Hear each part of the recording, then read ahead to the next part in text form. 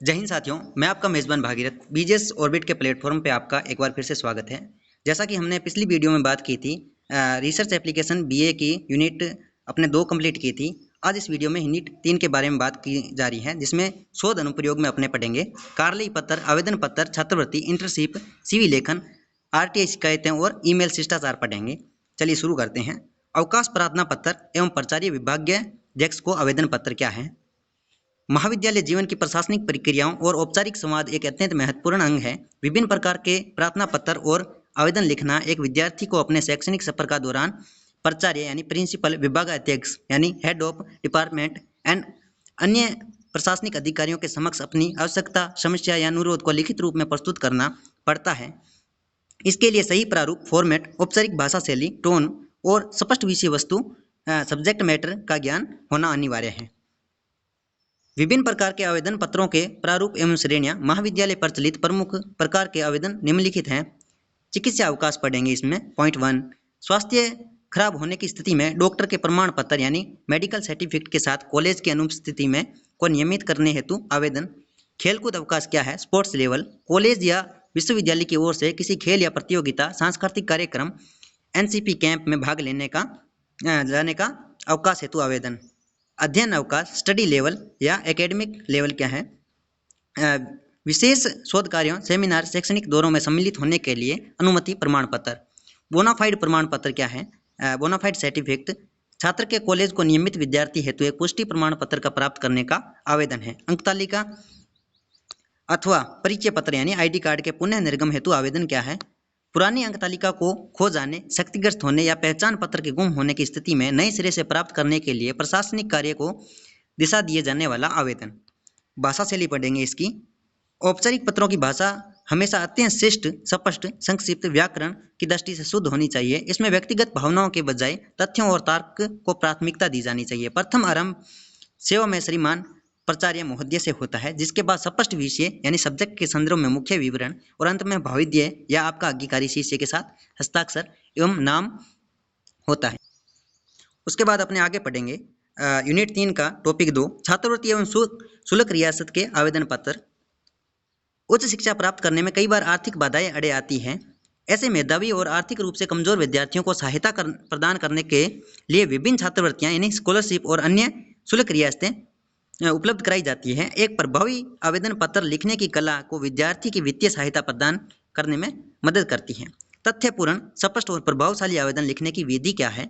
छात्रवृत्ति या शुल्क माफी का आवेदन लिखते समय यह अनावश्यक है कि छात्र अपनी पारिवारिक और आर्थिक स्थिति का सचित्र और तथ्यात्मक विवरण दें। आवेदन में विद्यार्थी के पिछले वर्षों की परीक्षा के परिणाम यानी अंक प्रतिशत, पारिवारिक वार्षिक आय और पढ़ाई के प्रति उसकी प्रतिबद्धता को स्पष्ट उल्लेख होना चाहिए। भाषा और अत्यधिक दंडनीय होनी चाहिए और न ही अति आत्मविश्वासी बल्कि पूर्णतः गरिमामयी और तथ्यात्मक होनी चाहिए। संकलन किए जाने वाले अनावश्यक सहायता दस्तावेज क्या है? केवल मौखिक या लिखित आवेदन पत्र मात्र छात्रवृत्ति स्वीकृत नहीं होती है, इसके साथ ही प्रमाणिक दस्तावेज का संलग्न होना अनिवार्य है। मुख्य दस्तावेजों में शामिल है सूक्ष्म अधिकारी यानी तहसीलदार या राजस्व अधिकारी होता है द्वारा जारी आय प्रमाण पत्र। उसके बाद पिछली कक्षा की अंक तालिका, मार्कशीट की स्व प्रमाणित प्रति, जाति प्रमाण पत्र यदि लागू हो तो, विद्यार्थी के बैंक खाते का विवरण यानी पासबुक कॉपी एवं आधार कार्ड, कॉलेज का वैध परिचय पत्र। इसके बाद यूनिट 3 का अपने टॉपिक 3 पढ़ने जा रहे हैं, जिसमें इंटर्नशिप, रोजगार हेतु आवेदन पत्रिकाएं, पत्र एवं शैक्षिक जीवन वृत्ति। स्नातक या स्नातकोत्तर की पढ़ाई पूरी करने के बाद अध्ययन के दौरान व्यावसायिक अनुभव का प्राप्त करने के लिए इंटर्नशिप और प्रारंभिक रोजगार प्राप्त करना प्रत्येक विद्यार्थी का लक्ष्य होता है। इसके लिए पेशेवर के तरीके से रेज्यूम और कवर लेटर तैयार करना आना चाहिए। उसके बाद अपने पढ़ रहे हैं प्रथम इंटर्नशिप अथवा प्रारंभिक रोजगार के लिए उपयुक्त एवं परिष्टीय जीवन का व्रत। प्रारंभिक स्तर पर छात्रों के पास कार्य अनुभव सीमित होता है, इसलिए उसके रिज्यूमे हमेशा पृष्ठ यानी 1 पेज का होना चाहिए जो संक्षिप्त, आकर्षक हो। इसमें निम्नलिखित प्रमुख खंड होने चाहिए। शीर्षक, शैक्षणिक योग्यता, कौशल, परियोजना एवं उपलब्धियां। जिसमें शीर्षक क्या है? पूरा नाम, संपर्क सूत्र यानी कि फोन नंबर या ईमेल हो, लिंक्ड इन प्रोफाइल लिंक होनी चाहिए। शैक्षणिक योग्यता पढ़ेंगे। इसके कार्यक्रम के अनुसार डिग्री का बोर्ड, विश्वविद्यालय, वर्ष और अंक प्रतिशत होते हैं। कौशल यानी स्किल्स, तकनीकी कौशल और सॉफ्ट स्किल्स, संचार, टीम वर्क होना चाहिए। परियोजनाएं और उपलब्धियां क्या है, कॉलेज के दौरान किए गए प्रोजेक्ट्स द्वारा या पुरस्कार, संक्षिप्त आवेदन पत्र और औपचारिक ईमेल। रिज्यूमे के साथ हमेशा एक संक्षिप्त कवर लेटर या औपचारिक ईमेल संलग्न किया जाता है जिसमें यह स्पष्ट होता है कि आवेदक उस पद के लिए क्यों उपयुक्त है। ईमेल का विषय स्पष्ट होना चाहिए, जैसे application for roll number, your name. उसके बाद देखेंगे हम आरटीआई, सूचना का अधिकार, रीट के बारे में देखने जा रहे हैं। लोकतंत्र में पारदर्शिता और उत्तरदायित्व सुनिश्चित करने के लिए भारत सरकार द्वारा सूचना का अधिकार अधिनियम 2005 आरटीआई एक्ट 2005 एक शक्तिशाली कानून के रूप में लागू किया गया है। इसके एक जागरूक नागरिकता और विद्यार्थी के रूप में आरटीआई का उपयोग करना आना चाहिए। आरटीआई आवेदन का सरल प्रारूप क्या रहेगा? आरटीआई दाखिल करने के लिए किसी जटिल विधिक भाषा की आवश्यकता नहीं है। इसमें सादे कागज पर या ऑनलाइन पोर्टल के माध्यम से निर्धारित शुल्क यानी कि मात्र 10 रुपये के साथ संबंधित विभाग के लोक सूचना अधिकारी, पब्लिक इंफॉर्मेशन ऑफिसर यानी पीआईओ के नाम लिखा जाता है। आवेदन में आवेदक का नाम, पता स्पष्ट रूप से बिंदुवार पॉइंट वाइज जानकारी की मांग की जाती है। दैनिक जीवन में उपयोग पढ़ेंगे। विद्यार्थी अपने दैनिक जीवन में, शैक्षणिक जीवन में आरटीआई का उपयोग निम्नलिखित कार्यों के लिए कर सकते हैं।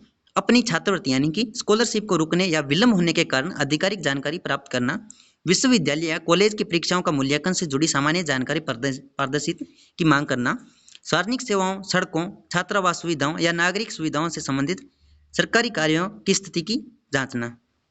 उसके बाद अपने टॉपिक 5 पढ़ेंगे, यूनिट 3 का बीए रिसर्च एप्लीकेशन का। शिकायत एवं प्रमाण पत्र प्राप्ति हेतु आवेदन पत्र क्या है? महाविद्यालय परिसरों में अध्ययन के दौरान कई बार प्रशासनिक एवं व्यवस्थागत समस्याएं उत्पन्न होती है, जिसके समाधान के लिए शिकायत दर्ज करना आवश्यक होता है। साथ ही विभिन्न प्रमाण पत्रों की आवश्यकता होती है।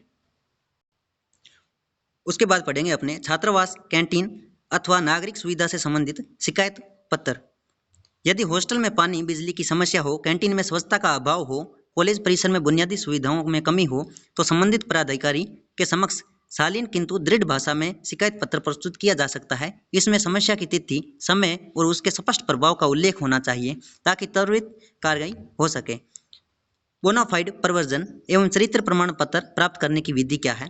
कॉलेज छोड़ने या उच्च शिक्षा के लिए अन्य संस्थान में प्रवेश लेने के लिए निम्नलिखित प्रमाण पत्र आवश्यक होते हैं। बोनाफाइड प्रमाण पत्र कॉलेज की नियमित छात्रिता का प्रमाण होता है। प्रवर्जन प्रमाण पत्र क्या है? एक विश्वविद्यालय से दूसरे विद्यालय में स्थानांतरण हेतु होता है।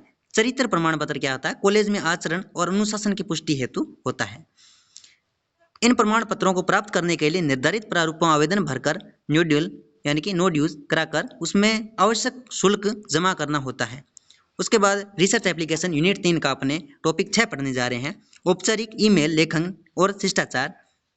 आज के डिजिटल व्यावसायिक युग में पत्र व्यवहार का मुख्य माध्यम ईमेल बन चुका है। शिक्षक संस्थानों, कंपनियों और शासकीय कार्यालयों के ईमेल लिखते समय उचित शिष्टाचार का पालन करना अत्यंत आवश्यक है ताकि उसका संदेश पेशेवर और गंभीर लगे।